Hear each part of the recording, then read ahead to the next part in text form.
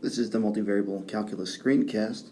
Today we're going to do a quick example involving polar coordinates, or more specifically, integration with polar coordinates. In this problem, we're asked to find the volume of a region in three-dimensional space, and it's bounded by a surface, given by this expression here, and inside a cylinder, given by this expression over here. It's clear because it's a volume that we're going to use an integral to do this, but it's helpful if we have some picture of what's going on. Of course, used Mathematica to generate these, but here we see we've got the surface, right, and the cylinder on the same graph, and if we were to kind of remove the excess or just look at the portion of this surface inside the cylinder, we get this picture over here, which helps us kind of understand the geometry of what's going on. And we certainly want to use an integral for this. In fact, we can see that this surface is clearly the graph of a function, and we can just integrate that function over the proper domain to find the volume here. What is that region? Well, it's the region inside this cylinder. Notice that it's defined only in terms of x and y, so let's sketch that region first in the xy plane.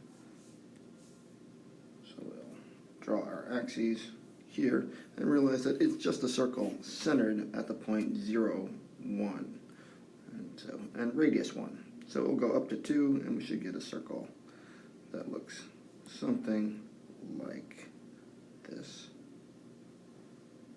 There, good. All right, well, not a perfect circle, but let's call that region R. So the computation we want to do is the double integral over R of this function x squared plus y squared dx dy. Now, I said at the beginning that this is a polar coordinates exercise, and so what gives that away? Well, really two things, but the more obvious is the form of the function itself, x squared plus y squared. We should probably at this point recognize that that expression is really the distance to the origin squared, or rather in polar coordinates, this thing is just equal to r squared. So I'm going to integrate r squared, but we need to convert everything into polar coordinates. And so the tricky part is to express this region R in terms of polar coordinates. What that usually means is we want to define this boundary over here as R equals some function of theta. Right? So as the angle moves around off the x-axis, how far from the origin we are. It turns out this has a very nice expression, but it's not obvious from looking at it. But you should notice that there probably is such an expression as theta moves from theta equals 0, which is the x-axis, to theta is pi over 2, which is the y-axis, and down to pi. We see that we get a bunch of varying radii. So the r coordinate sort of moves around the circle in this way. It gets bigger, it goes up to 2 at pi over 2, and then shrinks again as we move around the circle there. So how do we find that expression? Well, now we're just going to do a little bit of algebra involving that cylindrical expression. So start there. We have x squared plus y minus 1 squared equals 1, equation of a circle. And if we substitute in our usual polar coordinates, we get r squared cosine squared theta plus, and now I'm going to expand out that square and realize I get r squared sine squared theta minus 2y, so that's 2r sine theta plus 1 equals 1. Now we can simplify this expression quite a bit. First of all, the 1's cancel, so we're just left with 0 on the right. This expression should be familiar. It's the constant times cosine squared plus the same constant times sine squared. That just collapses and simplifies to r squared here. So we're left with r squared minus 2r sine theta equals 0. And we can factor out an r. With r minus 2 sine theta equals 0, and so there are two possibilities for r. Either r itself is 0, but that wouldn't give us the curve, or r equals 2 sine theta, and in fact that is the relation that gives us the circle centered at 0, 1. of radius 1.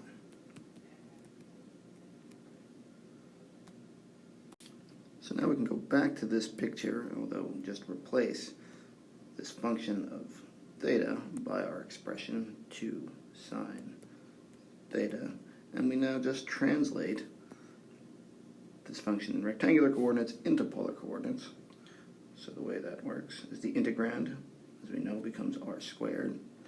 The differentials now are r dr d theta. Don't forget that important r term from polar coordinates. And the limits of integration, well, from r, they start at 0 and go out to that outer circle, 2 sine theta.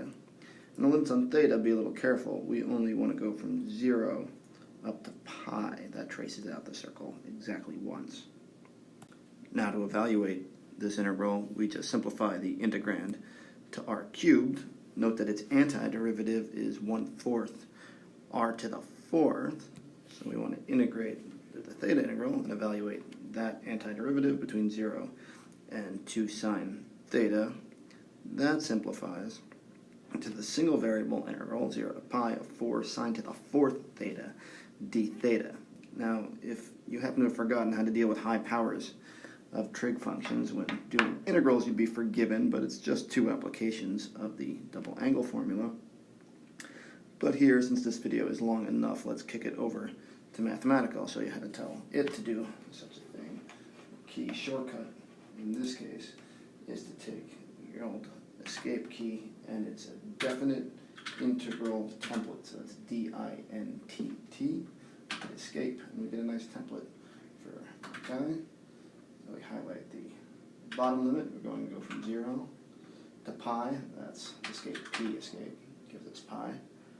Then we want 4 sine